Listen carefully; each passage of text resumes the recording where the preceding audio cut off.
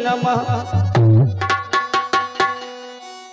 मैया बीड़ा बादनी अयो हंस सजाए, आज आपने दास को मैया दीजो ज्ञान बताए। तेरी सरता के बिना हे प्रभु मंगल मूल, पत्ता तक हिलता नहीं खिले न कोई फूल। भगवान श्री राधे।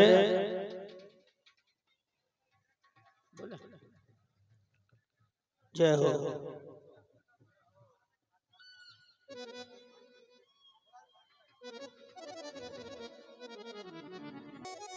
मुख चंद्रमा सेवक ने चकोर,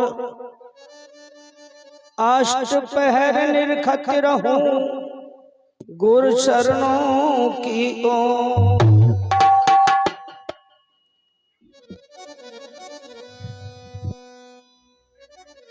जब तलक है जिंदगी फुर्सत न होगी काम से, थोड़ा समय निकाल कर तू प्रेम कर श्री राम से। तो मेरे भाइयों, मेरे बुजुर्गों, माताओं बहनों, मेरे संत समाज, देखिए बड़े अहोभाग्य हैं मेरे। यहाँ पर बड़े बड़े अनन्य भक्त आए हैं और संत मूर्ति, जो संत भगवान जिन्हें कहते हैं, ये संतों की ही परंपरा है इस धरती को साधने वाले और इस धरती को बढ़ाने वाले, इस धर्म की रक्षा करने के लिए। जब जब भी इस धरती पर अधर्म पाप बढ़ा है, तब तब भगवान ने अवतार लिया, दुष्टों का संहार किया और पृथ्वी की रक्षा कर फिर से पुनः अपने भक्तों पर उनकी कृपा हुई। इसी तरह जैसे श्री रामचरित मानस की कथा ये चल रही थी 5वां दिन, तो गोस्वामी तुलसीदास महाराज जी ने ये कथा को बड़ा सुंदर स्वभाव से लिखा और इसका जितना बड़ाई करो उतनी ही कम है। तो भगवान ने, विष्णु जी ने धर्म की रक्षा करने के लिए अवतार तो करके आए अयोध्या में 4 कला से। ध्यान दीजिए मेरी भागवत बंधु। और बाल लीलाएं खेलते हुए भगवान ने 12 वर्ष की अवस्था में सारी विद्याएं उन्होंने कुलगुरु वशिष्ठ से प्राप्त की। उसके पश्चात विश्वामित्र जी के साथ चल करके यज्ञ की रक्षा की, सुबाहु का वध किया, मारीच को सत्योजन फेंक दिया, धनुष खंडन किया, अहिल्या उद्धार हुआ और धनुष का खंडन किया, जगत माता सीता को उन्होंने अपनाया। उसके पश्चात उन्हें भगवान लौट करके अवध में आए, चारों भाइयों का विवाह हुआ जनकपुर में, और लौट करके जब पहुंचे तो गौर कीजिए, ध्यान दीजिएगा, मैं उसी रील को दोबारा से दोहरा रहा हूं क्योंकि अब इतना समय नहीं है। कमेटी की तरफ से भी हमें आदेश मिल चुका है कि 3 साढ़े 3 तक ही कथा की, चाहे भले ही कथा छूट जाए, पर मैं नहीं चाहता हूं, लेकिन संक्षेप में तो बस बता ही सकता हूं। जय हो प्रभु, जय जय जय, कोट कोट प्रणाम। तो देखिए कथा आप कल भरत मिलाप तक श्रवण कर चुके हो। उसके पश्चात भगवान ने 12 वर्ष चित्रकूट में व्यतीत किया। 12 वर्ष के बाद अन्य 2 वर्ष रही थी, जिसमें भगवान ने संतों का आशीर्वाद प्राप्त किया, चित्रकूट से आगे बढ़ करके गए, जहां जहां भी गए ऋषियों से शक्ति उन्हें प्रदान हुई। फिर पुनः उन्होंने पंचवटी से जगत माता सीता का हरण हुआ। भगवान आगे वहां से चल करके गए सीता जी की खोज में। ध्यान दीजिएगा,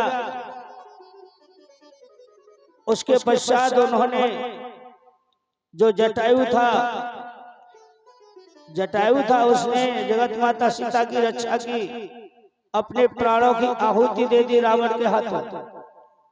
तो उस जब तक प्राण उन्होंने अपने शरीर में रखे तब तक राम उन्हें मिल नहीं गए। जटायु तड़पते रहे, लेकिन जब राम पहुंचे हैं वहां खोज करते हुए, तो ध्यान दीजिए मेरे भागवत बंधु, जटायु से सारा हाल उन्होंने प्राप्त किया राम जी ने, और जटायु को अपनी गोद में उन्होंने रखा। राम जी ने जटायु को अपनी गोद में रखा। अब ध्यान दीजिएगा सभी कि जटायु को गोद में राम जी ने क्यों रखा था। ये राम जी जानते थे कि उनके पिताजी जानते थे, महाराज दशरथ, बाकी और कोई नहीं जानता था वैसे। क्योंकि राम जी अवध में महाराज दशरथ नंदन कहा है, लेकिन वह दशरथ तो अपने पुत्र को, बड़े पुत्र को, उस जटायु को अर्पण कर चुके थे। कब किया था अर्पण? जब देवासुर संग्राम हो रहा था, उसमें इतने बर्छी भालों से घायल होकर के मूर्छित होकर गिर पड़े थे रथ से नीचे, तब जटायु ने अपने पक्षों में लेकर के उनके प्राणों की सहायता की, तब उन्हें जीवन दान मिला। तब उन्होंने कहा कि हे जटायु राज, तुमने मेरे प्राणों की रक्षा की है, आज से तुम मेरे भाई हो, मांग लीजिए तुम क्या मांगते हो। तब यहाँ पर जटायु ने कहा कि यदि मुझे भाई ही आपने माना है तो अपना प्रथम बड़ा पुत्र मुझे दे दीजिए। तो दशरथ ने जटायु को, अपने बड़े पुत्र को जटायु को दे दिया था। अब ध्यान दीजिए यही कि महाराज जनक का, यानी महाराज दशरथ जी का दाह संस्कार किनके हाथों हुआ? भरत जी के। और यहाँ पर जटायु का दाह संस्कार स्वयं भगवान राम ने किया था, क्योंकि उन्होंने भी अपना फर्ज निभाया। फिर वहां से चल करके झूठे बेर सबरी के खाए, नवदा भक्ति देकर के उन्हें परम धाम के लिए भेज दिया। फिर वहां से चल करके सारा भेद उन्हें मिला, तो पवन पुत्र हनुमान के द्वारा सुग्रीव से मित्रता हुई, ऋषमुख पर्वत पर पहुंचे, बाली का वध किया, 4 मास वहां रहे। उसके पश्चात लंका की यानी जानकी के लिए खोज करवाई। तो सीता जी को खोज के वास्ते स्वयं हनुमान जी लंका पहुंचे, और रावण का सारा बल उन्होंने देखा। केवल राम के प्रताप से ही वो वहां पहुंचे थे। पवन पुत्र तो थे ही, उनमें उड़ने की शक्ति थी, लेकिन सबसे बड़ी शक्ति तो राम की थी हनुमान के साथ। तो हनुमान जी मुंद्रिका को मुख में दबा करके वो सीधे लंका पहुंचे थे। सीता खोज करके आए, सब अस्त्र शस्त्रों को देखा, रावण को बहुत समझाया कि देख अभी कुछ नहीं बिगड़ा है, मान जाओ, जगत माता को वापिस दे दो, वो इतने दयालु है कि तुम्हें क्षमा कर देंगे। लेकिन कोई बात नहीं मानी। आखिर में जब उन्हें मृत्यु दंड देने को रावण ने कहा, किनको? हनुमान जी को, कि इसको मृत्यु दंड दिया जाए, इसने पुकार किया कि हमारे पुत्र का भी वध किया है। तब यहाँ पर विभीषण ने कह दिया कि नहीं भैया, ये उचित नहीं है, ये है दूत। ऐसा हमने किसी भी राजा महाराजा या वेदों में अनुसार कभी हमने ऐसा सुना ही नहीं। आप तो बुद्धिमान हैं, जो खबर सुन लेने आया है अब उसको तुम समाप्ति ही यहाँ कर दोगे तो वह खबर कौन देगा उसको? इसलिए इन्हें जीवित रखा जाए, इनको मृत्यु दंड नहीं दिया जाए। अब हनुमान जी केवल यहाँ से एक गदा उनके पास थी, बाकी और तो कुछ ले नहीं गए। लेकिन देखिए वहां पर हनुमान जी ने कितनी अपनी दिव्य शक्तियां दिखाई, क्योंकि उन्हें सब 33 करोड़ देवताओं का वरदान प्राप्त था। हनुमान जी को कोई बंदी नहीं बना सकता था, न कोई उनको मार सकता था। लेकिन हनुमान जी खाली हाथ गए, कोई माचिस साथ थोड़ी ले गए वहां से आग लगाने के लिए। लेकिन सब कुछ रावण का, कपड़े, घी, तेल, सब कुछ रावण का ही, वो अग्नि भी रावण ने ही दी। फिर भी इतना दिव्य काम किया उन्होंने कि सारी आंखों के सामने देखते देखते रावण की लंका को जला के खाक कर दिया। बोलो पवन पुत्र हनुमान की। इस तरह समझा करके सद्बुद्धि दे करके आए। लेकिन इधर जब राम जी से भेज दिया है, चूड़ामणि लेकर के आए थे उधर से, क्योंकि सीता जी ने अपना हनुमान को पुत्र मान लिया था, अजर अमर करने का वरदान दे दिया था। चूड़ामणि लेकर के दी कि जाओ मेरे स्वामी को दे देना, और उनको इस तुम्हें से याद आ जाएगी कि तुम हमसे मिल के आए। जिस तरह राम ने अपनी अंगूठी दी थी, उसी तरह उन्होंने भी चूड़ामणि दी थी। तब राम से मिले हैं तो राम ने कपि बानरों की सहायता ली और लंका पर चढ़ाई। जितने भी रावण के वो सागर संघाती थे, क्योंकि विभीषण को तो लात मार के भेज दिया था, निकाल दिया था, क्योंकि उस विभीषण की बताई हुई बुद्धि पर रावण नहीं चलना चाहते थे, तो एक अहंकारी थे। उन्होंने सारा हाल बता दिया था राम के बारे में कि तुम उन्हें तपस्वी समझ रहे हो, वो साक्षात नारायण है। लेकिन ब्रह्मा जी से भी वरदान मांगे थे आपने, तो नर वानर को छोड़ करके ही मांगे थे। इसमें दो ही चीज छोड़ी थी, बाकी सारी शक्तियां तुमने मांग ली थी।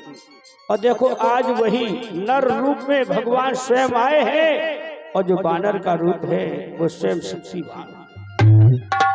इसलिए भैया कुछ नहीं बिगड़ा है, लेकिन रावण को गुस्सा आया, लात मार के विभीषण को निकाल दिया। जा विभीषण शरणागति में आए, भगवान राम ने बड़े आदर के सहित उन्हें अपने सीने से लगाया और वहीं से मिट्टी उठा करके और उस सभा के बीचों से विभीषण को राजाभिषेक कर दिया। ध्यान दीजिएगा, इस तरह जो रावण का साथ दिया था वो पापी था, व्यभिचारी था, कपटी था, छलिया था। भगवान ने सभी उस सेना के साथ रह करके सबका विध्वंस किया। रावण, कुंभकर्ण, उनके 1 लाख पुत्र, 1.25 लाख नाती, सबको उन्होंने बर्बाद किया, मृत्यु दंड सुनाया। और से लंकाधीश इतना बुद्धिमान तेजमान होकर के भी क्या नहीं जानते थे रावण, अरे चारों वेदों के ज्ञाता थे, लेकिन एक अहंकार के प्रति तो उनका विनाश हुआ। ध्यान दीजिए मेरी माता बहनों भाई, इस तरह लंका पे विजय प्राप्त की राम ने, और लक्ष्मण जी के द्वारा विभीषण जी को राजाभिषेक कराया, क्योंकि राम वहां नहीं जा सकते थे, क्योंकि वो वर्जित थे सब। इस तरह जब राम जी ने कहा विभीषण जी से, कहे विभीषण अब हमारी बहदेई जनक नंदिनी को आप आदर के सहित ले आओ। यहाँ पर सीता जी को बडोली में बिठाल करके लाया गया रामादल के बीच में। तो वहां सीता जी जब डोली से निकल के आ रही सबके सामने, तो राम जी ने कह दिया ठहरो सीते, वहीं रुको। सब देख रहे हैं, सीता जी की आंखों में आंसू। और हे मेरे भाइयों, मेरे बुजुर्गों, क्योंकि जो असली सीता जी थी वो तो पंचवटी पे अग्नि यानी पंचवटी पे अग्नि में ही वासा करवा दिया था, उनकी छाया यहाँ रही थी, क्योंकि सीता के बिन शक्ति के बिन वो कुछ कर नहीं सकते थे। जिस तरह हम पति पत्नी का डोरा होता है, जब तक हम अपने घरे अपनी नारी से सलाह नहीं ले लेते हैं तब तक कोई कार्य सफल नहीं होता। इसी तरह भगवान ने मर्यादा दिखाते हुए सीता जी से अग्नि परीक्षा ली, और अग्नि परीक्षा में सीता जी निपुण हुई, दे करके उस अग्नि से बाहर आई, तब भगवान ने उन्हें अपने अंग लगाया।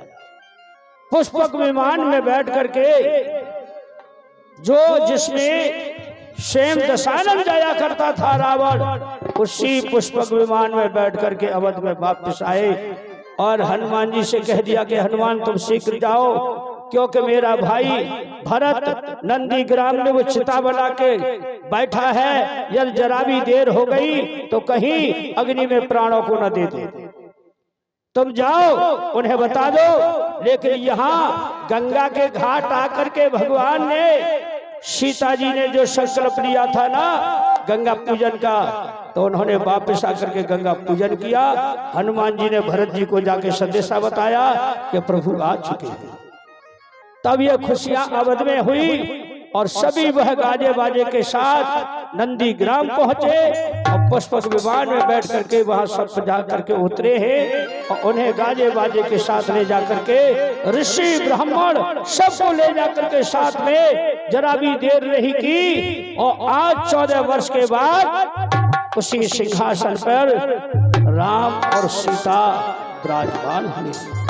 बोलो राजा रामचंद्र भगवान की, लक्ष्मण जी की, भरत भैया की, शत्रुघ्न भैया की, सीता मैया की, जय जय श्री सीता।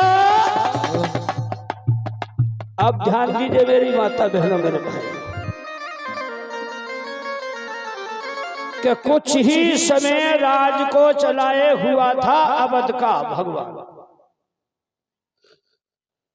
राम जी ने कह दिया अपने गुप्तचरों से कि जाओ अपना भेष बदल करके हमारी अयोध्या के सब हाल जान करके आओ। कोई किसी प्रकार की बातें करता हो उसे आकर के हमें बताओ। लेकिन फिर भी गुप्तचर तो भेज दीजिए, लेकिन भगवान स्वयं भी भेष बदल करके और रात्रि के समय सबका मन जानने के लिए जाते थे, क्योंकि वो राजा हो गए, राज के बंधन में बंध गए। ये राजा का कर्तव्य होता है अपनी प्रजा का हाल जानना और उनको देखना। तो एक गुप्तचर ने क्या देखा, रात्रि का समय है, जाति से वो रजक था, धोबी था और उसकी पत्नी को हो गई देर घर आने से,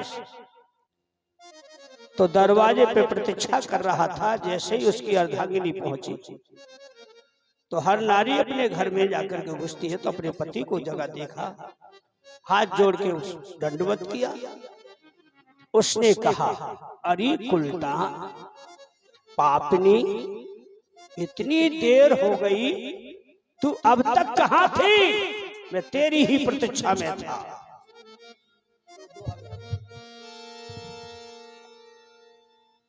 कि धोबी कहे निज नारी सो, तेने देर इतनी कहां करी, तो उनको झगड़ा लख रहो, छुप के खड़ो एक संतरी। उन दोनों में दरवाजे पे खेचातानी हो रही है, वो घर से बाहर निकाल रहा है और वो कह रही है कि स्वामी मैंने कोई पाप नहीं किया है, मैं निर्दोष हूं। लेकिन धोबी कहता है कि मैं वो राम नहीं हूं जिसकी भार्या का पंचवटी से हरण हो गया था और दशानन को मार कर सीता को फिर से घर में अपना लिया। मैं ऐसा नहीं करूंगा। अरे पकड़ के हाथ नारी को घर में से रहुए रे निकार, पकड़ के हाथ नारी को घर में से रहुए रे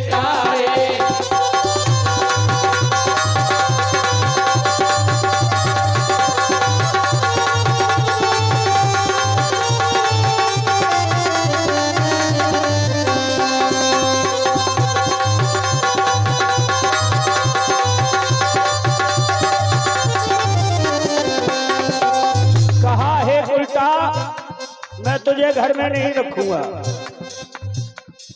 अरे राम सो ना अज्ञानी, जो अज्ञानता राम ने किया वो मैं नहीं करूंगा। अरे राम सो ना अज्ञानी, नाही करूरी इतना प्यार। राम सो ना अज्ञानी, नाही करूरी इतना प्यार। चढ़ाई करे लंका पे सीता को लायो रे निगार। चढ़ाई करे लंका पे सीता को लायो रे निगारे। अरे मारे बाद सिकंदर को सीता लई है अपनाई। मारे बाद सिकंदर को सीता लई है अपनाए।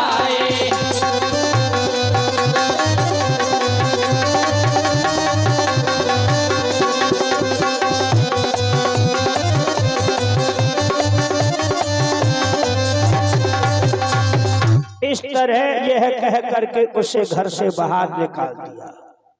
जा उसी राम के पास, मैं तुझे नहीं रखूंगा। तभी वह संतरी ने सुना, आंखों से देखा और कानों से सुना। उसी वक्त रात्रि की समय ही सीधे वह राम जी के पास पहुंचा, जिसकी आंखों में आंसू है। थोड़ा आवाज बढ़ा दे भैया, भैया जी थोड़ी आवाज बढ़ाओ उसकी। जब उसी वक्त वह राम जी के पास पहुंचा और हाथ जोड़ करके उन्हें शीश झुका के खड़ा हो गया, क्योंकि जो उसने देखा और सुना वो राम जी से कहा नहीं जा रहा था। राम बोले, भैया तुम मेरे गुप्तचर हो, क्या आज कोई समाचार ऐसा लेके आए हो जो उसे कहने में असमर्थ हो रहे हो? बोले, प्रभु आज तक न देखा न सुना। क्या सुना क्या नहीं देखा? हाथ जोड़ विनती करूं, सुनो श्री भगवान कि जनता बिगड़ी अवध की, सो सुन पाई कान। मेरी अयोध्या की जनता कैसे बिगड़ गई? क्या बात है भाई, तू साफ साफ कहे। दो कर जोरू हाथ संतरी कहने लगे, रे बानी भगवान। अरे दो कर जोरू हाथ संतरी कहने लगो रे बानी। कहत कहीं नहीं जाए ढर गिरो नैनन से पानी। मुझ कहता कहीं नहीं जाए ढर के रहो नैनन से पानी। अरे राम जन कैसी अब होगी, अरे राम जाने कैसी अब होगी। मेरी आँख ने देखी बात मारे रहो धोबिन तू धोबी। मेरी आँख ने देखी बात मारे रहो धोबिन तू धोबी।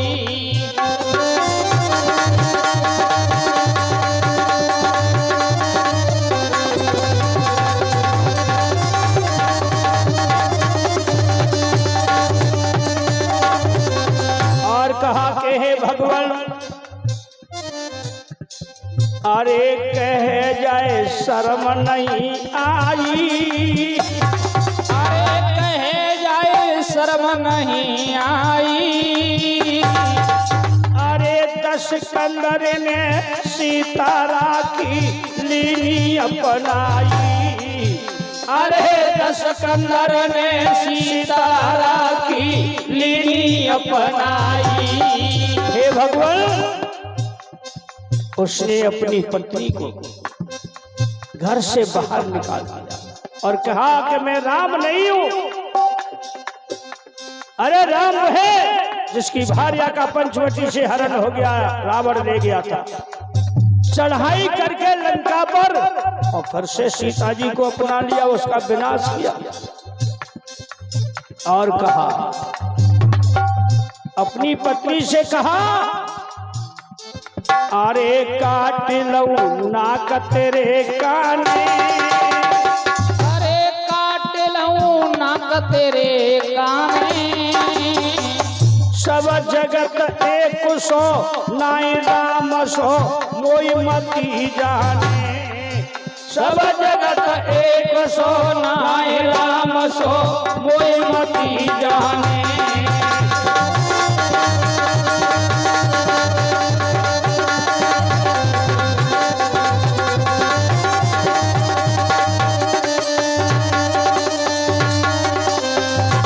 प्रभु, आज मैंने यह कानों से सुना और आंखों से दृश्य देखा जो कि आज मुझसे कहा नहीं गया।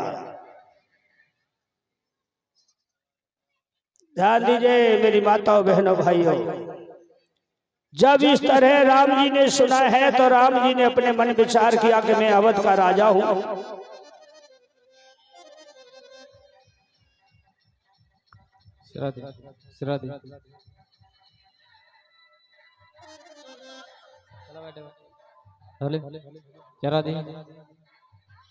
जा रहा है दीजिए मेरी माताओं बहनों भाइयों बुजुर्गों, आज ये गुप्तचर ने राम जी को सारा हाल बताया। राम जी ने उसी क्षण अपने मन में ये विचार किया कि आज मैं लंका का राजा यानी अयोध्या का राजा ना होता तो मैं कुछ उसका विचार भी करता, लेकिन अब मुझे वही करना चाहिए जो राजा का कर्तव्य व धर्म होता है, जिसमें राजा की प्रजा खुश रहे वह राजा को काम करना चाहिए। जिसमें राजा की गिलानी हो या राजा को दोष लगे वो कार्य कभी राजा को नहीं करना चाहिए। आज राम जी उसी क्षण मंत्री को तो कह दिया भैया तुम जाओ, रात्रि का समय है, और राम जी ने सीता जी के पास जाने को विचार करा। गौर कीजिए माता बहनों भाई,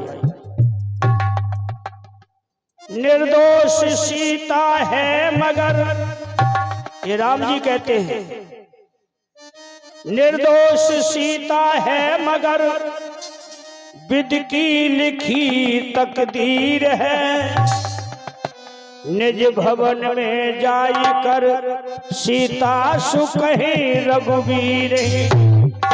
रात्रि के समय जब सीता जी के कक्ष में पहुंचे हैं तो जनकनंदिनी उठ के बैठी होगी। कहो स्वामी इस समय भला, और बिगर कहे आप अचानक से आए हो, क्या बात है, कोई भूल होगी क्या?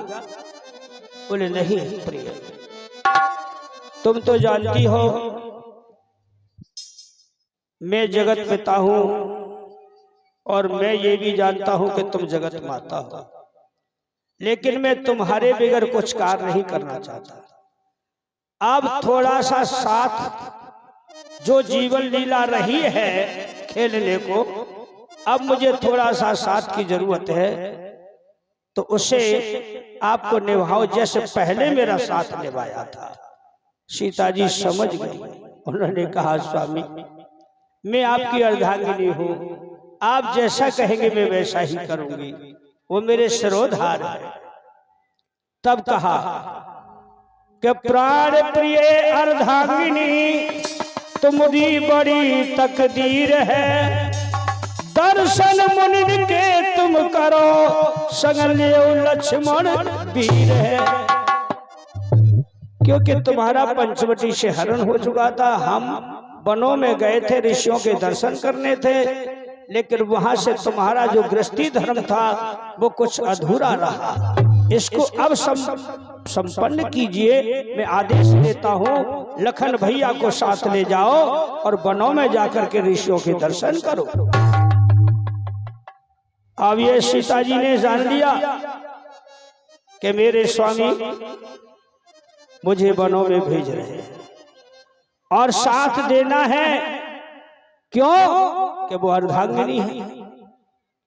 कोई भी प्राणी आज भी अपनी बिगर नारी के सलाह लिए बिना कोई धर्म कार्य नहीं कर सकता है, न कोई घर में ऐसा कार्य कर सकता है। ध्यान दीजिए माताओं बहनों भाइयों, आज इस तरह भगवान राम ने सीता जी को संदेशा दे दिया है और समय का इंतजार किया।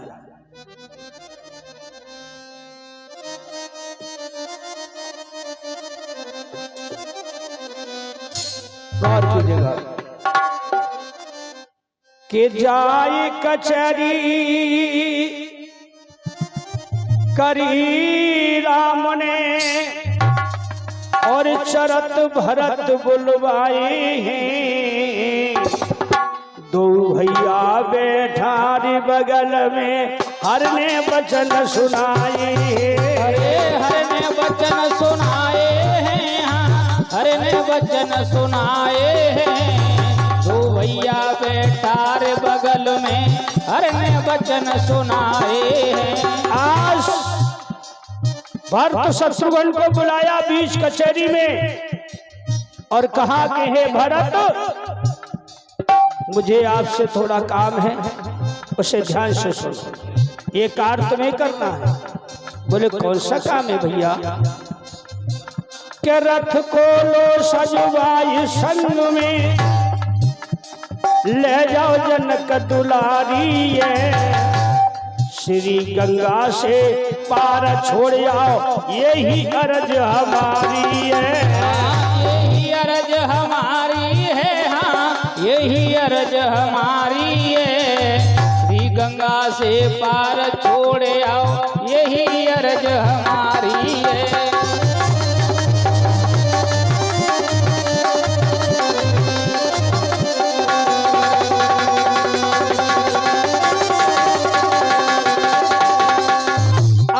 इतने शब्द सुनते ही भरत इस तरह कुमला गए जैसे पुष्प धूप लगने से पुष्प कुमला जाता है और नीचे गर्दन करके कहा भैया अभी तो तुम ठीक से राज को भी नहीं संभाल पाया और फिर से भाभी माता को तुम इकली वन में क्यों भेज रहे हो? बोले भरत ये तुम्हारा कार्य नहीं है पूछने का। मैं राजा हूँ, राजा होने की खातिर मैं तुम्हें आदेश दे रहा हूँ, करना है तो बताओ, नहीं तो इनकार करो। बोले भैया आप मेरे प्राण ले लो भले ही, लेकिन ये कार्य मुझसे नहीं होगा। शत्रुघ्न से पूछा इस कार्य को तुम करोगे? उन्होंने भी अपनी गर्दन नीचे कर ली, जवाब था नहीं। लेकिन वहीं खड़े थे लक्ष्मण। लक्ष्मण जी से कहा लखन सुना आपने मैंने क्या कहा है? हाँ भैया सुना है। तो शीघ्र कीजिए रथ को तैयार। लक्ष्मण जी बोले भैया आपकी आज्ञा सरोधार है, लेकिन मुझे जनक इतना बता दो। देखिए राम जी के प्रिय सखा और भाई लक्ष्मण, लेकिन आज अपने भैया बड़े राम से पूछ रहे हैं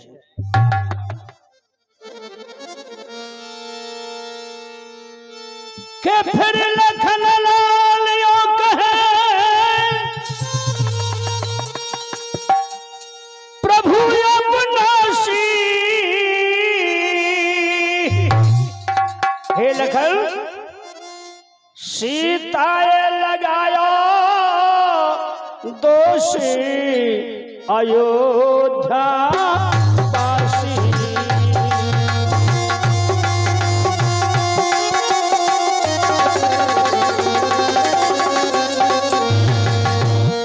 मेरे भाई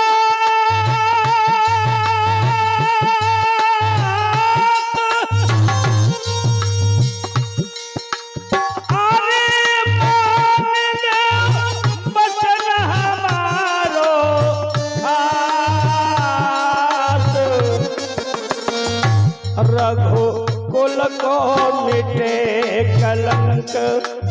भैया रघुकुल को मिटे कलंक, जाई जब सीता जी वनवास।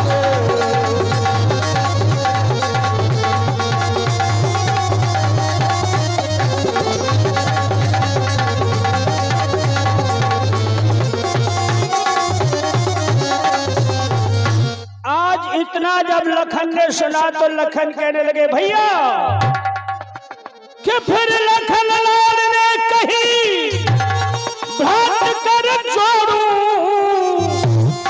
जिसने भी रचना रची ताए नहीं छोड़ू।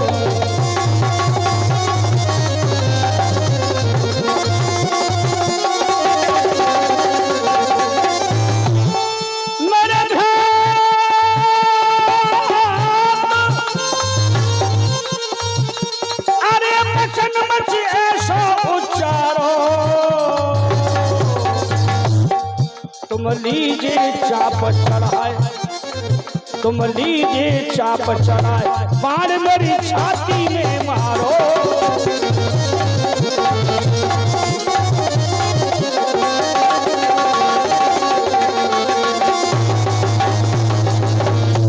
इससे तो मरना ही भला है। या मुझे इतना बता दो कि यह रचना किसने रची है? किसके कहने से आप भाभी माता को वनों में भेज रहे हो? शेष की अवतारी थे, क्रोध उनकी रोम रोम में था। लक्ष्मण जी की बात सुनकर के राम जी कहने लगे भैया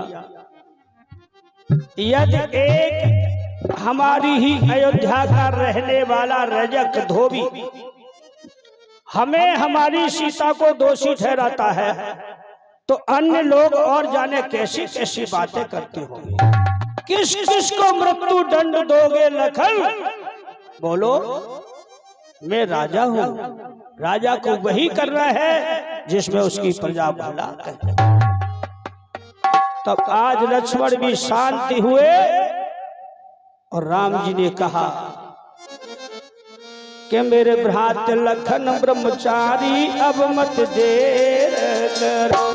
मेरे भ्रात लखन ब्रह्मचारी अब मत देर करो। हाँ देर करो, अब मत देर करो, देर करो, अब मत देर करो। मेरे भ्रात लखन ब्रह्मचारी अब मत देर करो। मेरे भ्रात लखन ब्रह्मचारी अब मत देर करो।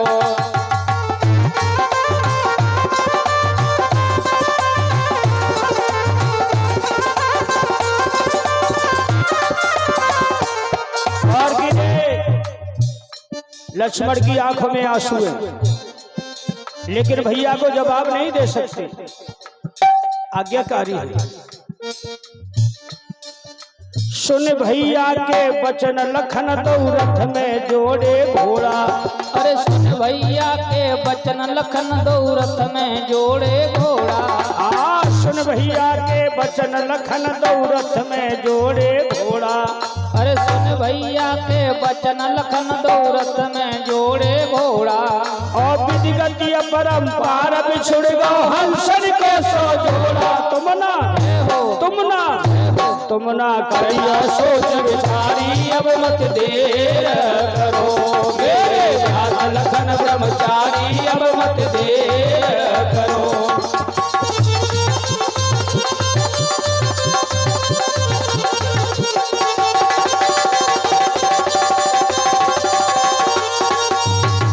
रथ तैयार हो गया, लक्ष्मण जी रो रहे। अब ये बात आग की तरह पूरी अवध में फैल गई। जैसे आग फैलती है ना, इसी तरह आग पूरे अवध में फैल गई। घर घर में शोक हो गया। बोले ये क्या हुआ? उधर सीता जी को संदेशा दिया है कि रथ तैयार है। तो सीता जी ने वो गहने आभूषण अपने यहाँ जो पहने थे सब उतार दिए। उन्होंने जो सीता को अनुसुईया माता ने वो गहने दिए थे वनवास में, उन्हीं गहनों को उन्होंने पहना और धारण किया, उन्हीं वस्त्रों को। क्या हुआ? छुए चरण सास तीनों के, आहा, छुए चरण सास तीनों के मन हर्षाई रही है। पर छुए चरण सास तीनों के मन हर्षाए रही। आज्ञा पाकर पति अपने की रथ में बैठ गई हैं। बिदकी चल रही कलम कटारी, अब मत देर करो मेरे भ्रात लखन ब्रह्मचारी, अब मत देर करो।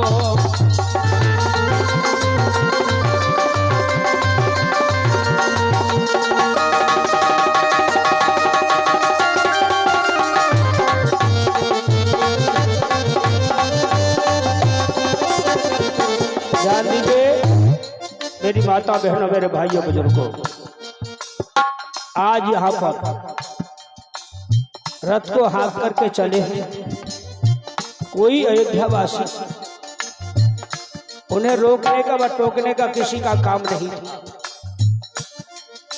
रथ को हाँक चले लक्ष्मण जी गंगा तट पे आए।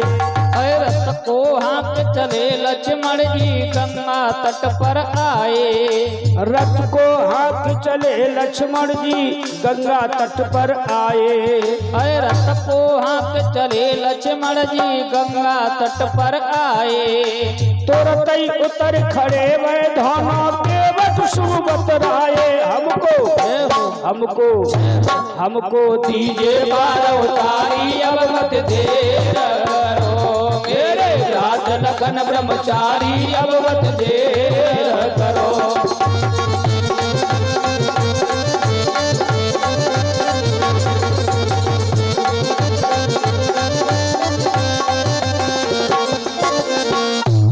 आज इस तरह गंगा के तट पहुंचे हैं। लक्ष्मण जी केवट से कहा जल्दी से नौका डालो और हमें उस पार उतारो।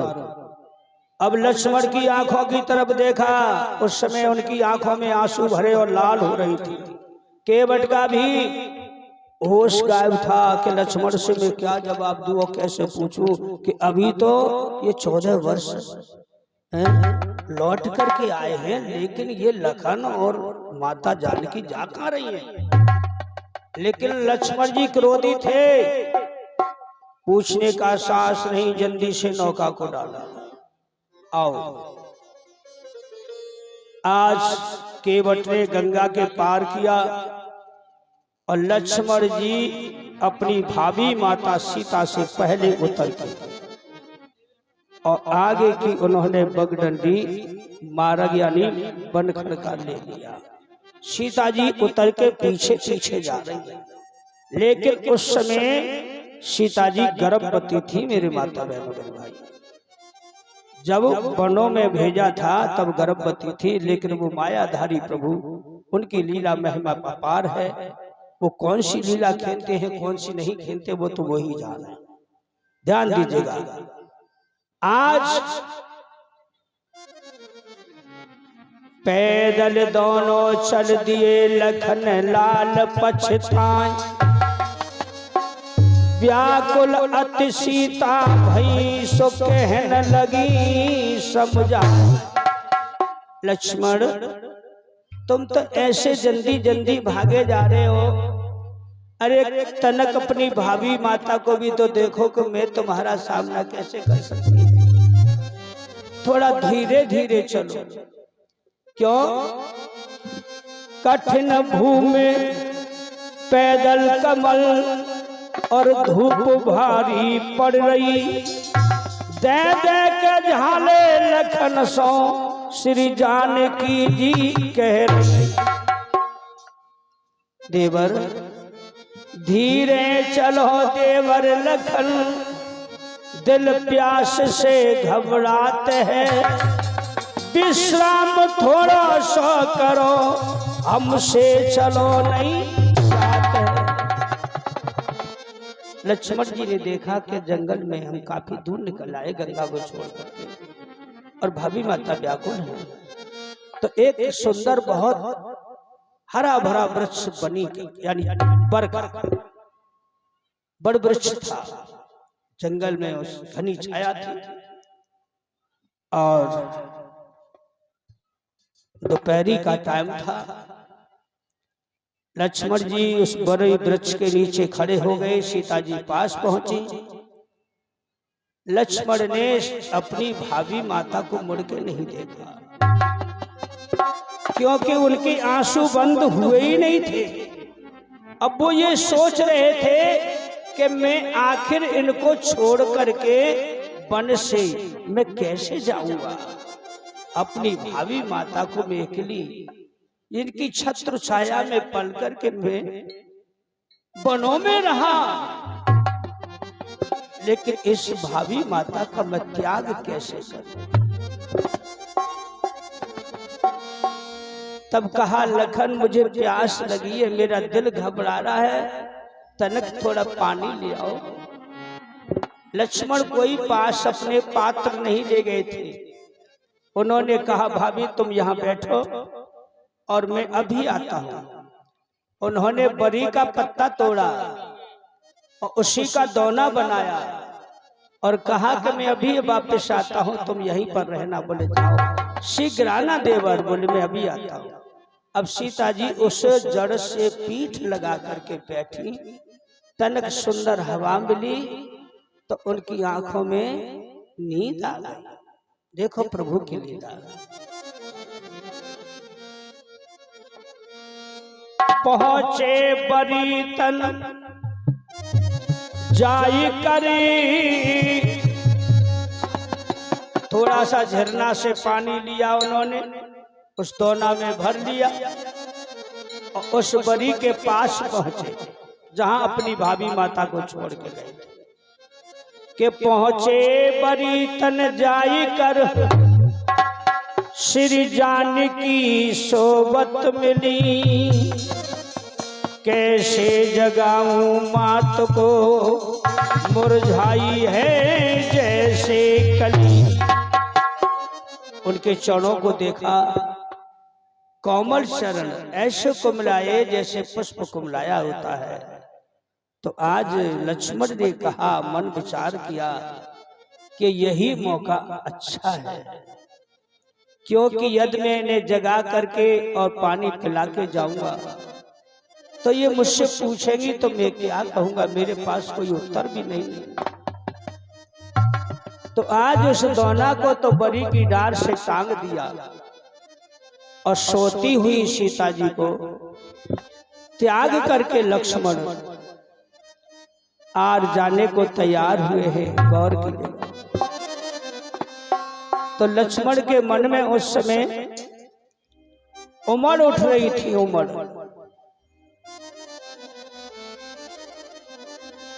इतनी विहोर हो चुके थे लक्ष्मण कि उससे बात कोई बाने बनती नहीं। कहते हैं, हे भाभी माता, मैं निर्दोष हूं, मुझे दोष मत देना। मुझे तो केवल यही याद है कि मुझे भैया की आज्ञा का पालन करना और यहां तक तुम्हें पहुंचाना। तो आज लक्ष्मण अनमोला के लक्ष्मण अनमोला, दोना टांग बरी से आए। लक्ष्मण अनमोला, दोना टांग बरी से आए।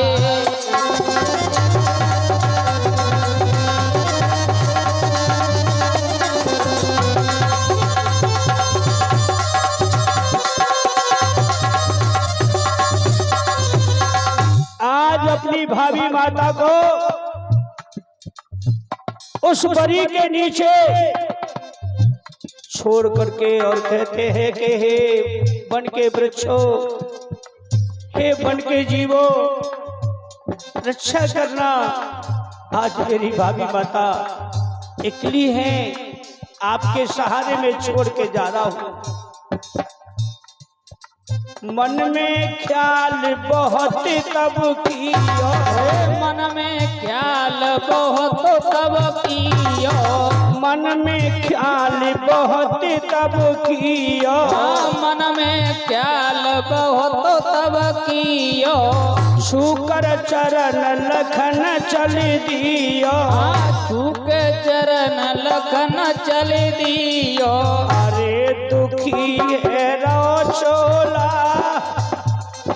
दुखी है रो चोला, दोना टांग बरी से आए लक्ष्मण अनमोला, दोना टांग बरी से आए।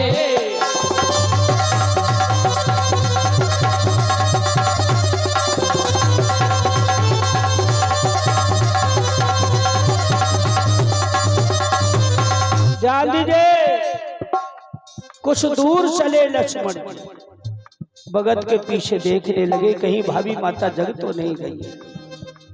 लेकिन गौर कीजिए,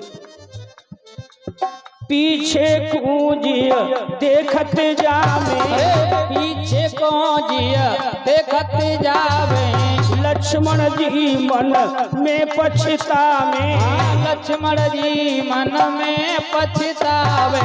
उनको केवल यही एक भ्रम था लक्ष्मण को, भेद कछु नहीं खोला, सोती हुई जा रहे हैं, भेद कछु नहीं खोला, दोना टांग बरी से आए लक्ष्मण अनमोला, दोना टांग बरी से आए।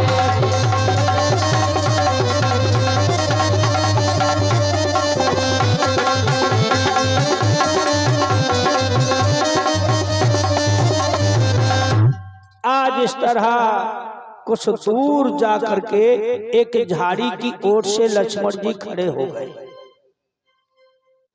उधर एक हवा का झोंका जोर से आया, और जैसे ही हवा का झोंका आया और नेत्र खुले, आंखों को गिर कहा मैं तो सो ही गई थी, चारों तरफ देखा लेकिन अभी देवर नहीं आए, इतनी देर हो गई, मैं कितनी देर की यहाँ प्रतीक्षा कर रही हूँ, सो गई मैं तो।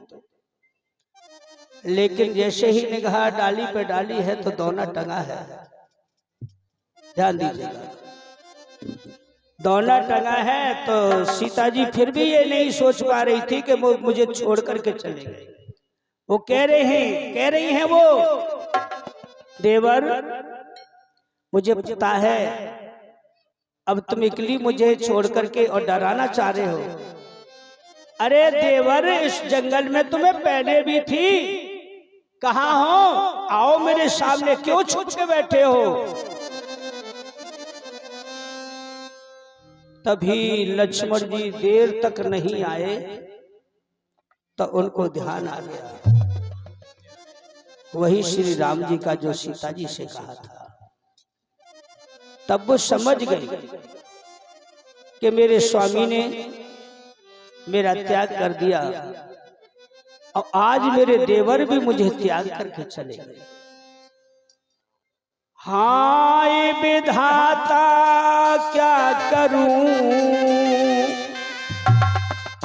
दिल में बंधे ना धीर है, हाय लखन की तुकू गए, फूटी मेरी तकदीर।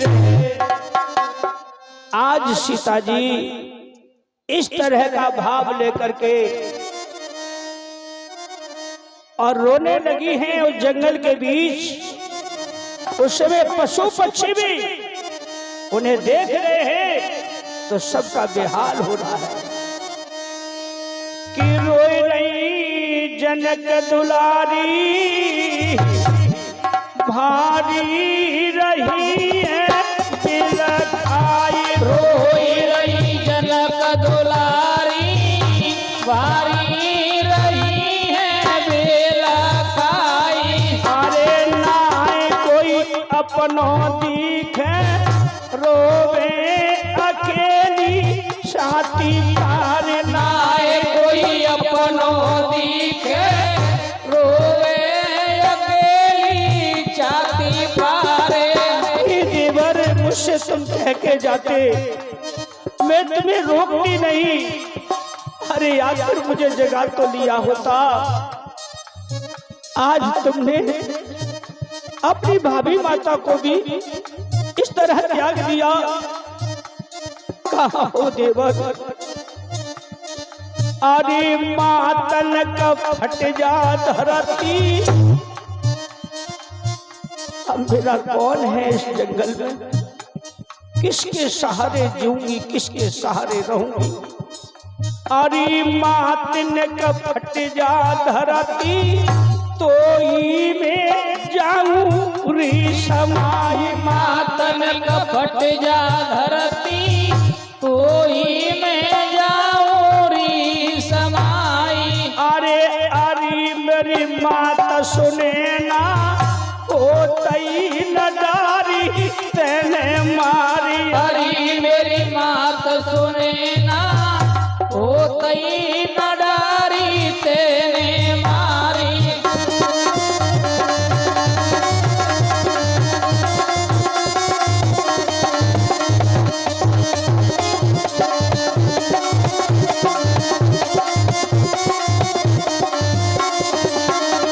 सीता जी इतना विहोर कर रो रही हैं कि धरती और आकाश वह भी आज उनके सर बन के पक्षी व जीव और वृक्ष भी इस तरह का माहौल बना है मानो ये सब रो रहे हैं। लक्ष्मण जी दूर से देख रहे हैं, सुन रहे हैं, लेकिन उनसे वह रोदन देखा नहीं गया। रुदन सुने मात सिया को, रोवे सुमित्रा राजकुमार। रुदन सुने मात सिया को, रोवे सुमित्रा राजकुमार। अरे कहिल की बंधी लखन की, ऐसी रची है करतार। कहिल की बंधी लखन की, ऐसी रची है करतार। आज वहां से दौड़ पड़े हैं लक्ष्मण जी, सीधे गंगा पहुंचे। केवट प्रतीक्षा कर रहे थे और झट से नाव में बैठ गए। केवट ने उस पार किया, वहीं से रथ उन्होंने घर के लिए वापस लिया। रो रहे हैं। अरे आए के अवधपुरी में, आजी के आए के अवधपुरी में, ठाड़े देखाई ये पछाड़ के। आए के अवधपुरी में, ठाड़े से खाई ये पछाड़। अरे के माता भज के आई, लक्ष्मण कुलीनो रे संभाल के। माता भज के आई, लक्ष्मण कुलीनो रे संभाले। ये भेद तो माताओं को भी नहीं पता था कि आखिर जनक नंदिनी गई तो गई कहाँ। ध्यान दीजिए, राम राजा है और वह तीनों माता है। उधर अवध की महारानी बहदई सीता, जिनको राम ने वनों में भेजा। गौर कीजिए, तब आपने सुमित्रा जी ने पूछा है, हे लखन कहाँ है मेरी बेटी सीता? तुम तो ले गए थे बिठाल करके। लक्ष्मण जी कहने लगे, माता मुझे भले ही गला घोट के मार डालो, आज मैं तो भाभी माता के लिए ही कसाई बन गया। मैं जंगल में निकली, भाई के कहने से उनको त्याग करके मैं वापस लौट के आया हूँ, सोती छोड़ करके। तभी तीनों माता का भी देर छूट गया। अरे कहाँ गई जनक दुलारी, दियो न कभे बताए। कहाँ गई जनक दुलारी, दियो न कभे बताई।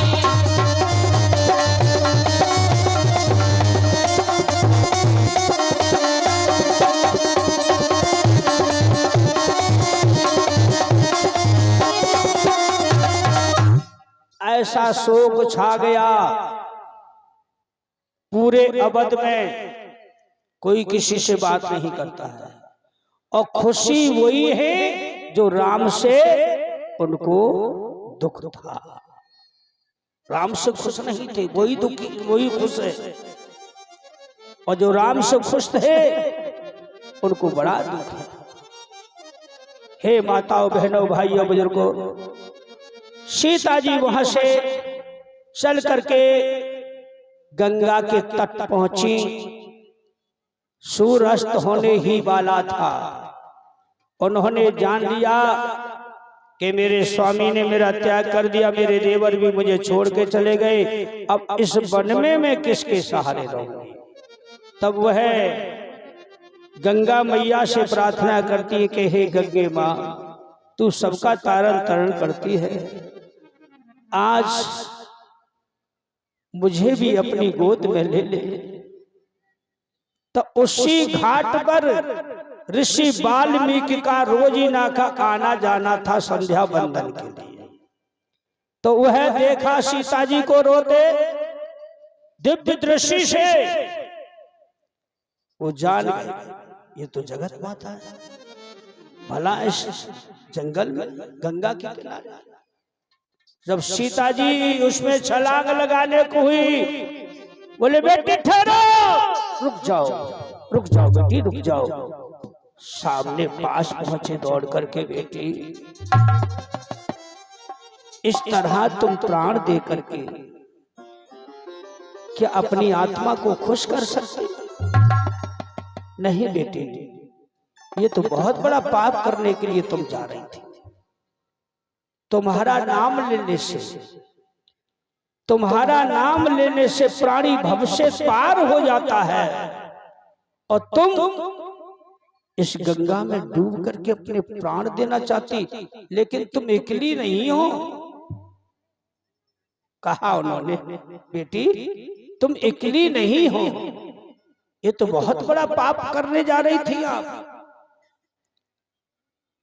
तब उन्होंने, देखो ऋषि वाल्मीकि सब कुछ जानते थे, लेकिन फिर भी सीता जी से पूछ रहे हैं, बेटी एक बात जानना चाहूं, कहो ऋषिवर आप क्या कहना चाहते हैं? अच्छा तो पहले रोना बंद करो, सीता जी रो रही थी ना, रोना बंद करो, इन आंसुओं को पोंछो। आज कहते हैं ऋषिवर,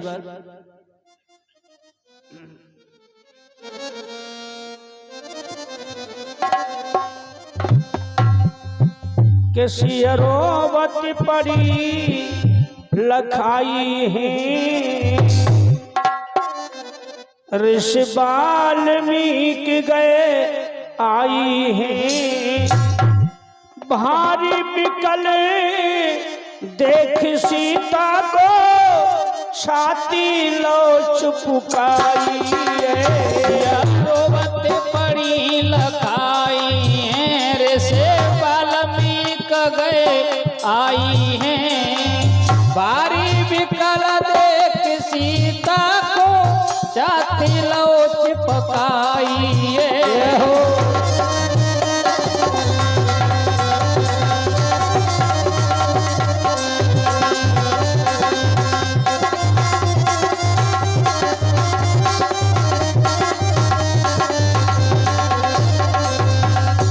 पूछ रहे हैं कि हे बेटी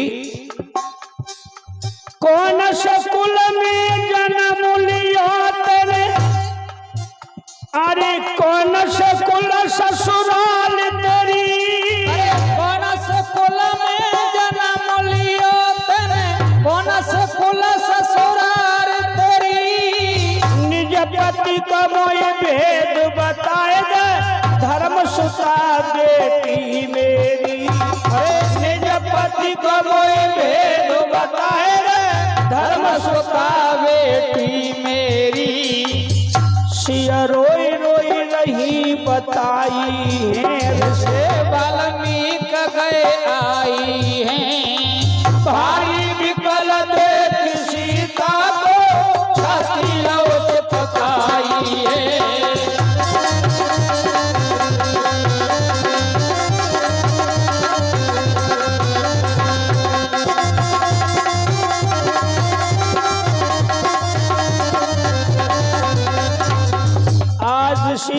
वाल्मीकि जी ने उनसे सवाल किया है कि कौन से कुल में जन्मे हो, कौन से कुल ससुराल है और कौन तुम्हारे पति है।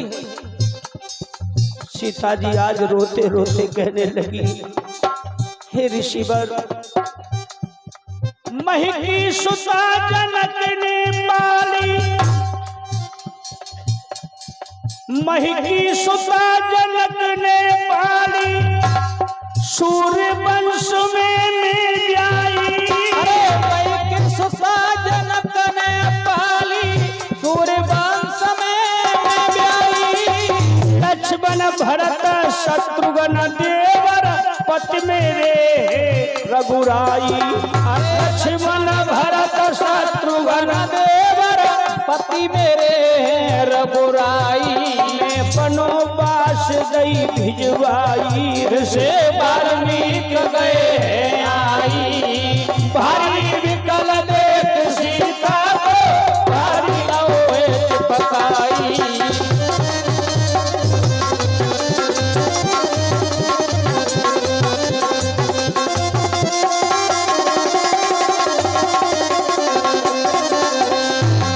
आज इस तरह मेरी माताओं बहनों, मेरे रामचरितमानस के प्रेमियों, आज इस तरह ऋषि वाल्मीकि जी ने पूछा है तो उन्होंने कह दिया कि महिकी सुता जनक ने पाली, सूर्य वंश में मैं ब्याई। लक्ष्मण भरत शत्रुघ्न देवर पति मेरे हैं रघुराई। इतना सुनते ही ऋषि वाल्मीकि ने कहा कि बेटी, तुम्हारे स्वामी ने तुम्हारा त्याग कर दिया है, लेकिन वह राज्य के बंधन बंधे हुए हैं, मुझे मालूम है। लेकिन तुम अपने को अकेली न समझो, मानो तुम अपने मायके ही आई हो। आज से मैं तुम्हारा धर्म का पिता हूं, तुम मेरी धर्म की बेटी हो। चलो अपने घर चलो। आज यहाँ से ऋषि वाल्मीकि जी अपनी धर्म की सुता सीता जी को बना करके आश्रम ले गए, तो वहां ऋषि कन्याएं दौड़ दौड़ के आई। सीता जी को देखा और उनसे जाके लिपट गई। और ऋषि रानी ने पूछा, स्वामी ये कौन है, किसको लाए हो? वाल्मीकि कहने लगे, ऋषि रानी तुमको तो पता ही है, मैं कहाँ जाता हूँ, संध्या वंदन के समय गंगा गया था। ये कौन है, क्या नाम है इसका, ये कहाँ मिली आपको? बोले वन में। क्या वन में? हाँ। इसका नाम क्या है? बोले वन देवी। ऋषि वाल्मीकि जी ने कितना सुंदर नाम रखा, इनका नाम क्या है? वन देवी। अरे ऋषि रानी, ये तेरी पुत्री है, गर्भवती है, इसको संभाल के रखना, अच्छी अच्छी चीजें खिलाना और इसको अच्छी अच्छी ही वेदों का उपदेश देना, ज्ञान का उपदेश देना, ये तुम्हारा धर्म है। आज ये अपने मायके आई है, तुम माता हो, मैं पिता हूं। कोई काम मत कराना बेटी से। अरे बेटी जब ससुराल से आती है 2-4 दिन के लिए आती है और फिर उससे तू पहले के जैसे काम करावे। नहीं नहीं, ऐसा मत काम करना। बोलो रामचंद्र भगवान की जय हो। उधर जगत पिता देख रहे हैं, इधर जगत माता है। वो ऋषि वाल्मीकि यहाँ पहुंच चुकी है, वहां बड़े अच्छे स्वभाव से रहने लगी है। तो वहां ऋषि वाल्मीकि जी भी सीता जी के लिए नित्य नित्य सुना कर नई कथा, सीता को मन बेलावते। उनको कभी दुख नहीं, यानी उन्हें याद, कहते हैं ससुराल की याद, अपने ससुराल की याद नहीं आने देते हैं उनको। जब इधर ऋषि रानी उन्हें कथा सुनाया करती है, जब उनको फुर्सत मिल जाती है ना, तो जब से वाल्मीकि उनको सुनाने लग जाते हैं। बेटी इधर आओ। नित्य नित्य सुना कर नई कथा, सीता का मन बहलावते। कंद मूल फल आदि सीता को भोजन लावते। सुंदर सुंदर फल तोड़ करके स्वयं ऋषि वाल्मीकि ऋषि रानी को देते और कहते हैं इसे मेरी बेटी को खिलाना। आज इस तरह समय जब पूर्ण हुआ तो ध्यान दीजिए मेरी माताओं बहनों मेरे भाई, कुछ दिवस बीते कुटी पर सुंदर समय जब आयो है, सीता ने जाए पुत्र दो ऋषि को मन हर्षायो है। ऋषि वाल्मीकि आश्रम पर सीता जी ने 2 पुत्रों को जन्म दिया और जैसे ही जन्म दिया सीता जी ने पुत्रों को, उसी क्षण देवर्षि नारद बीड़ा में तान लेते हुए हरि गुण गाते हुए ऋषि वाल्मीकि के आश्रम पर आ गए और देखा है बड़ी खुशियों में आसन पे बिठा लिया है, लेकिन जंगल में मंगल हो रहे हैं। कैसे?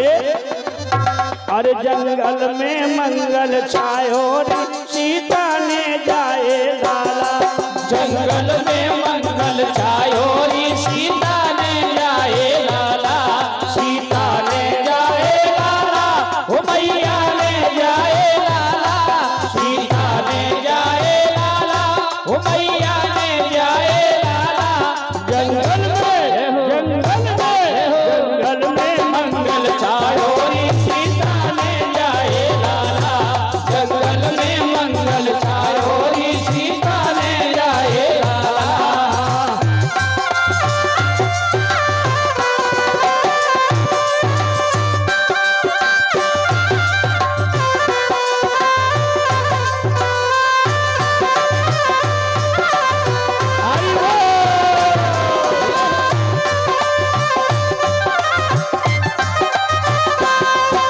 ऋषि मुनि कन्या है न्यारी, ऋषि मुनि कन्या है न्यारी, ऋषि मुनि कन्या है न्यारी, ऋषि मुनि कन्या है न्यारी। में मंगल खुश होए भारी, अब मंगल खुश होए वारी। अरे देखो कुटिया पे बजे बधायो री सीता ने जाए लाला, जंगल में मंगल छायो री सीता ने जाए लाला।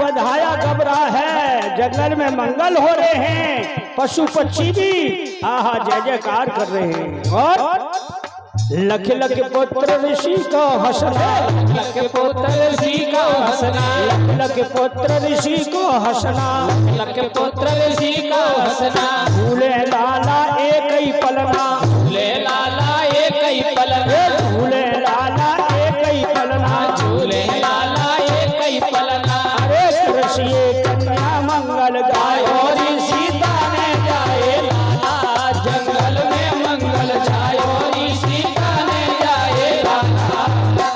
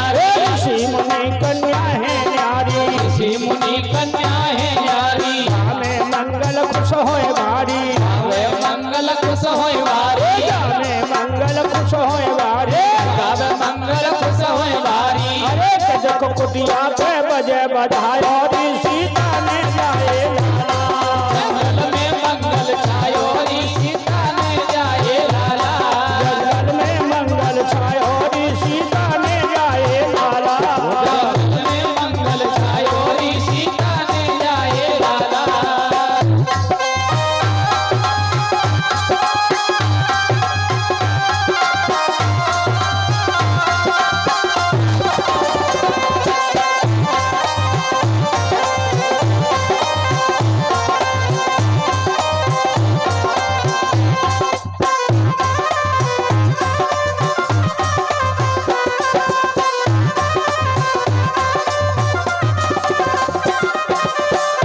बोलिए रामचंद्र भगवान की बोलो सीता मैया की जय जय श्री सीताराम हरे। इस तरह जंगल में मंगल हो रहा, खुशियां हो रही है, बधाई गप रहे हैं, लेकिन उसी क्षण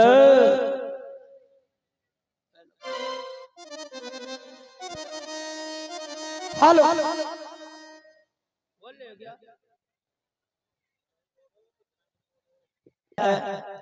कन्या भोजन, और उसके लिए क्योंकि ये हर वर्ष ये कार्यक्रम या सम्मेलन होता है, अपने उसी समय के अनुसार अपने कार्य पर सभी भैया जिनको कार्य जैसा सौंपा है वो सभी निर्भय और अपने कार्य पर तैयार हो जाए। क्यों कि ये कार्य तो आप तो रोजीना सुन ही रहे हैं, लेकिन वो कार्य तो सिर्फ 5 दिन के बाद होता है, तो उसको तो बड़े ढंग से कोई भी यहाँ प्रसादी लेने के लिए आया हो वह किसी प्रकार से प्रसादी में या जल में कोई किसी प्रकार से दुखी और होकर के न जा सके। सबको प्रसाद मिलना चाहिए और पूछ पूछ करके सबको प्रसाद को अच्छे ढंग से उसे पान कराना चाहिए। यही हमारा धर्म है, यही हमारा कर्म है। और एक बात मैं यहाँ के ये देखो सम्मेलन हुआ है या आखिरी दिन है और कुछ ही समय, कुछ ही थोड़ी देर तक और हम बोल रहे हैं, उसके बाद भंडारा पोड़ जब चलने लगेगा तो हमको भी विराम देना पड़ेगा, क्योंकि लोग भाई वही करने वाले वही देखने वाले तो मामला गड़बड़ हो जाएगा। इसलिए मैं आपसे यहाँ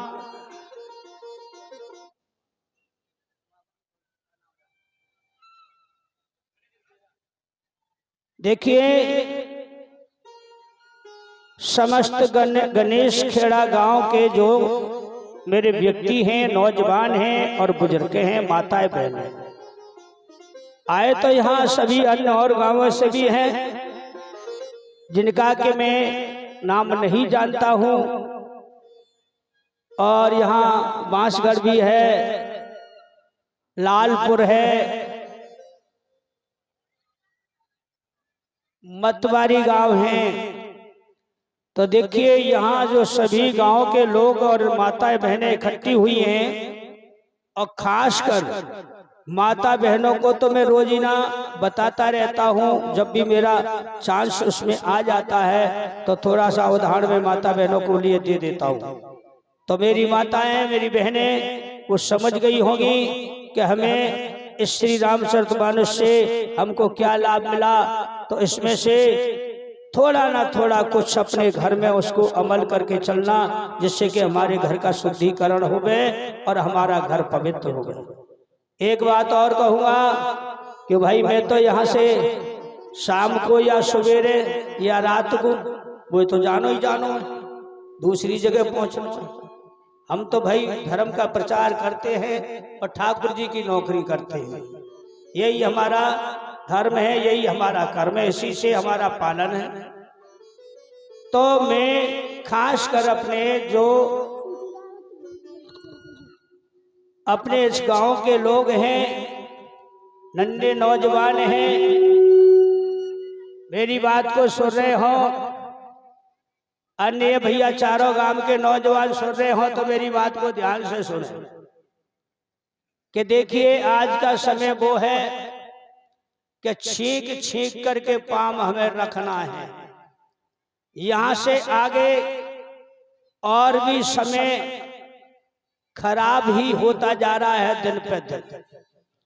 तो मैं सिर्फ यही कहूंगा, यहाँ के नौजवान जो मेरे सुन रहे हैं मेरी आवाज को, और मेरी ये छोटी छोटी कन्याएं, मेरी बेटी यहाँ बैठी हैं, सुन रही हैं, तो खासकर मेरी नौजवान भाइयों के लिए और हमारी नव युवक कन्याओं के लिए एक मैं यही चेतावनी दे रहा हूं कि हे मेरी बेटी हो, आपके लिए तो यह है कि आज के लिए ये मोबाइल जो है ना, मोबाइल ये बहुत बुरी चीज है और अच्छा भी है। अच्छा उनके लिए है जिनकी बिजनेस है चल रही है, अच्छा तुम्हारे लिए नहीं है बेटियों।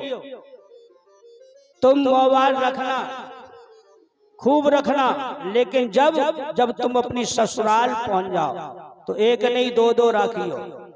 लेकिन जब तक तुम अपनी माता पिता के यहाँ हैं तब तक मोबाइल को यूज मत करना मेरी बेटियों। और जब फोन आए पापा जी स्नान कर रहे हैं, भोजन कर रहे हैं, और तुमने उठा लो, तुम्हारा धर्म नहीं है उस फोन को उठाना। किसका फोन है किसका नहीं है ये तो पापा उठावे के मम्मी उठावे, दोनों ने छूट दे दो भैया, इनको फोन है वो उठा लेंगे, लेकिन तुम उनसे बात मत करना। ये तुम्हारा धर्म है मेरी कन्या हो, मेरी बेटी हो, इसको संभाल के रखना, क्योंकि आप हमारी लक्ष्मी हो, आप हमारी इज्जत हो। तो आज का समय, आज का जमाना, अपनी इज्जत को बचाना रखना ये हमारा बड़ा धर्म है। और मेरे नौजवानों, मैं आपसे सिर्फ यही कहूंगा और मेरी बातों पे ध्यान रखना।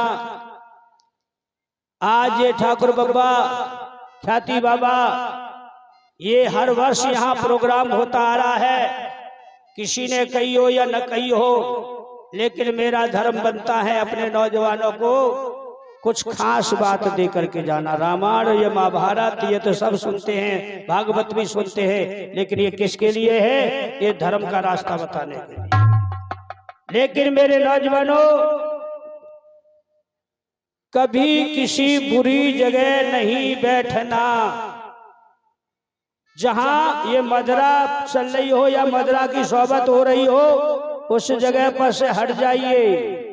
आपको देखना भी पाप है नौजवानों। आप और ध्यान रखना मेरे भाइयों, यदि तुम्हारे सामने आंखों के पाप कोई कर रहा है, तुम उसको रोक सकते हो तो रोको, अन्यथा तुम्हें नहीं रोकने की क्षमता है तो आप उस पाप को देखो भी मत, नहीं तो तुम भी पाप के भागी हो जाओगे। इसलिए मेरा आपसे यही कहना है कि जो ये मदरा है ना, मदरा शराब, ये चीज इतनी खराब है, इतनी बुरी है कि ये क्षण में ना से ना क्या से क्या करा देती है।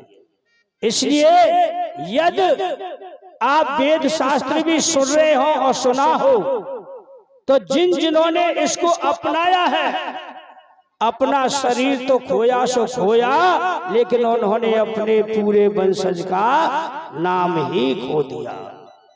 तो ये वेद इतिहास गवाही है। इसलिए आज से ये संकल्प लेना मेरे भाइयों कि कोई भी मांस, मदरा ये बुरी चीज है, इन चीजों को कभी अमल मत करना और ना इनको कभी अपने गले लगाना, जिससे कि तुम्हारा ये फंदा बन सके। ये फांसी से भी बुरी है। फांसी तो एकदम प्राण निकाल देती है, लेकिन जी गला गला के प्राण निकालती है। तुम्हारे सो जाएंगे, तुम्हारे परिवार का भी विनाश हो जाएगा। इसलिए मैं यही कहूंगा अपनी बहनों से, अपनी बड़ी बूढ़ों से और अपने बुजुर्गों से कि अपने घर में अपने सनातन धर्म को लाओ, बच्चों को शिक्षा सिखाओ, बच्चों को नहलाओ दिलाओ। कोई बुरी जगह पे ऐसा देखो कि हमारा बेटा पढ़ने जा रहा है, ये कहाँ जा रहा है, कहाँ नहीं जा रहा है। बाप को भी ऐसा नहीं करना चाहिए कि अपने पैसा दे दिया और जाकर बेटा पढ़ने के लिए जा, लेकिन बाप को भी उसकी खोज करनी चाहिए कि मेरा बेटा पढ़ने जा रहा है या कहीं मटर गश्ती करने जा रहा है। यही तो विनाश की जड़ शुरू हो जाती है। इसलिए मैं सभी भाइयों से यही निवेदन करूंगा कि मेरी बात में ध्यान दे करके ऐसी चीजों से दूर रहना और आज से शपथ ले लेना कि हमको ये काम नहीं करना है। हेलो हाँ देखिए ये कार संभाले। और देखो छोटा सा एक भजन है, केवल एक ही भजन में बोल रहा हूं आपके समक्ष, उसे ध्यान से सभी श्रवण करें। ये आशा और तृष्णा, आशा और तृष्णा ये मरते मर जाएगा, लेकिन ये छूटेगी नहीं कभी। चाहे कितना भी पैसे वाला हो, चाहे वो खाकपति हो, उसको भी हर प्राणी आस से जीता है। तो जब आस ये अंतिम समय पर पहुंच जाती है तो क्या कहते हैं हमारे घर के बुजुर्ग कि हे भगवान मुझे 1 साल के लिए और मोहलत दे दे, मेरी नातनी ब्याकू रह गई है, बाको ब्याह कर दो फिर चाहे मुझे बेशक कछु उठा ली। लेकिन हे मेरे भाइयों, मेरी माता हो, जो आया है इस धरती पर उसे एक न एक दिन तो जाना पड़ता है, किसी को आगे किसी को पीछे। और ये जब समय पूर्ण हो जाता है तो इस मृत लोक को त्याग करके ही जाना पड़ता है कि आशाओं का हुआ खात्मा, इन आशाओं का हुआ खात्मा और दिल की तमन्ना बनी रही। जब परदेसी हुआ रवाना, सुंदर काया पड़ी रही, सुंदर काया पड़ी रही। आशाओं का हुआ खात्मा, आशाओं का हुआ खात्मा, दिल की तमन्ना बनी रही। जब परदेसी हुआ रवाना, सुंदर काया पड़ी रही, सुंदर काया पड़ी रही। गौर कीजिए, एक पंडित जी घर पर बैठे पत्र देखा करते थे, जन्म मरण और जन्म कुंडली लेखा जोखा करते थे, लेखा जोखा करते थे, लेखा जोखा करते थे। पंडित जी घर में बैठ के पत्रा को कुरेदते थे, किसके दिन कैसे हैं, जाके कैसे हैं, और जो आता उनसे पूछते। लेकिन गौर कीजिए, दूसरों को भविष्य बताने वाला कभी अपना भविष्य नहीं देखता है कि मेरा कब है। कहते हैं जब मरने का टाइम आया, जब मरने का टाइम आया, आहा, और ये पोती पत्रा धरी रही। जब परदेसी हुआ रवाना, सुंदर काया पड़ी रही, सुंदर काया पड़ी रही।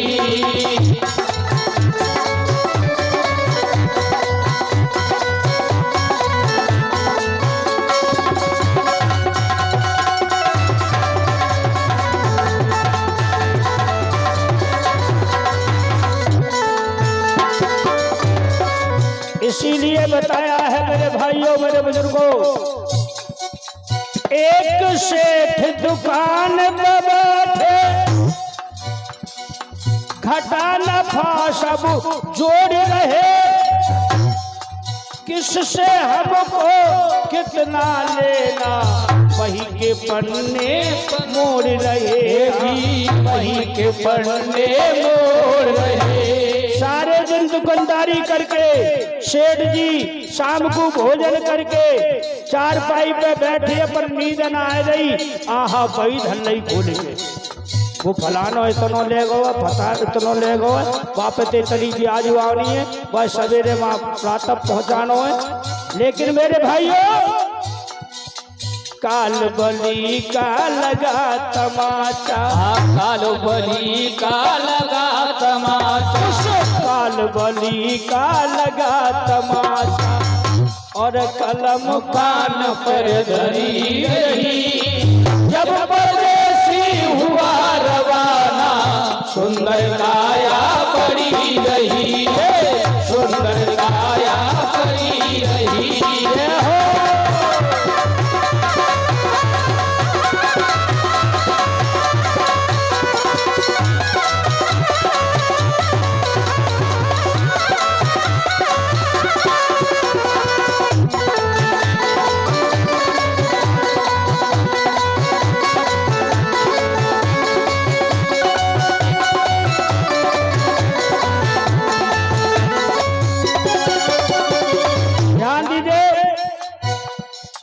एक पड़ोसी गांव से लड़का आया भागता हुआ, किसके पास? डॉक्टर के पास।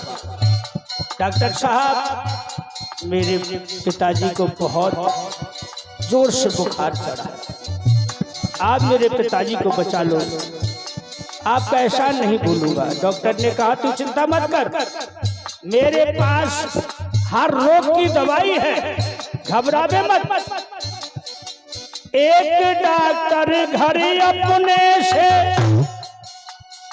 करन दवा तैयार हुए, दवा उठा के बैग में रख ली, मोटर कार सवार हुए। हाँ मोटर कार सवार हुए। लेकिन पहचानो वो आया क्या? समय का मोड़ कहते हैं समय, तो समय का मोड़ आया, गाड़ी मोड़ी, फिसली कार गिरी गड्ढे में, फिसली कार गिरी गड्ढे में, वो दवा बैग में धरी रही। जब परदेसी हुआ रवाना सुंदर काया पड़ी रही, सुंदर काया पड़ी रही।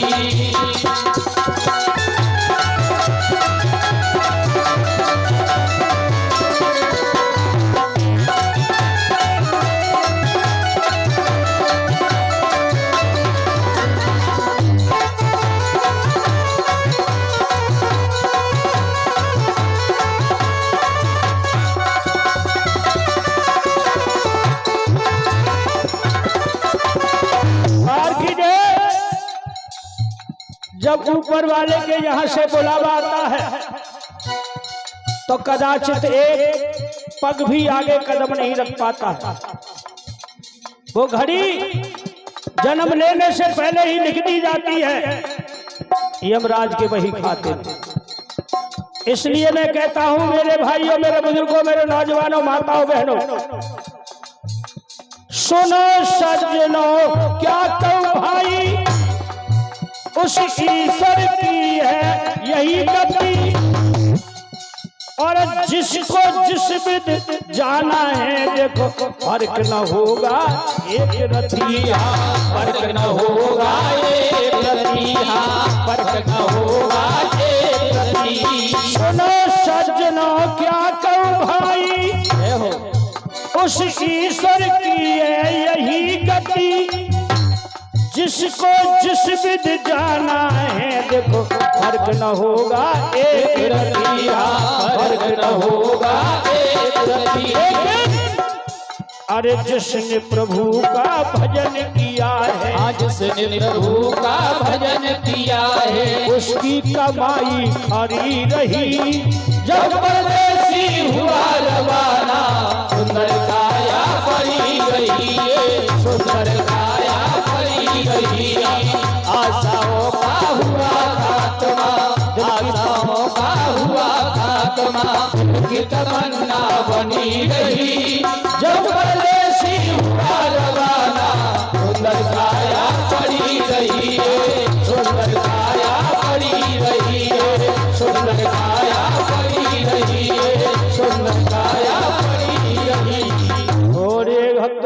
भगवान की जय हो। जय जय श्री सीताराम।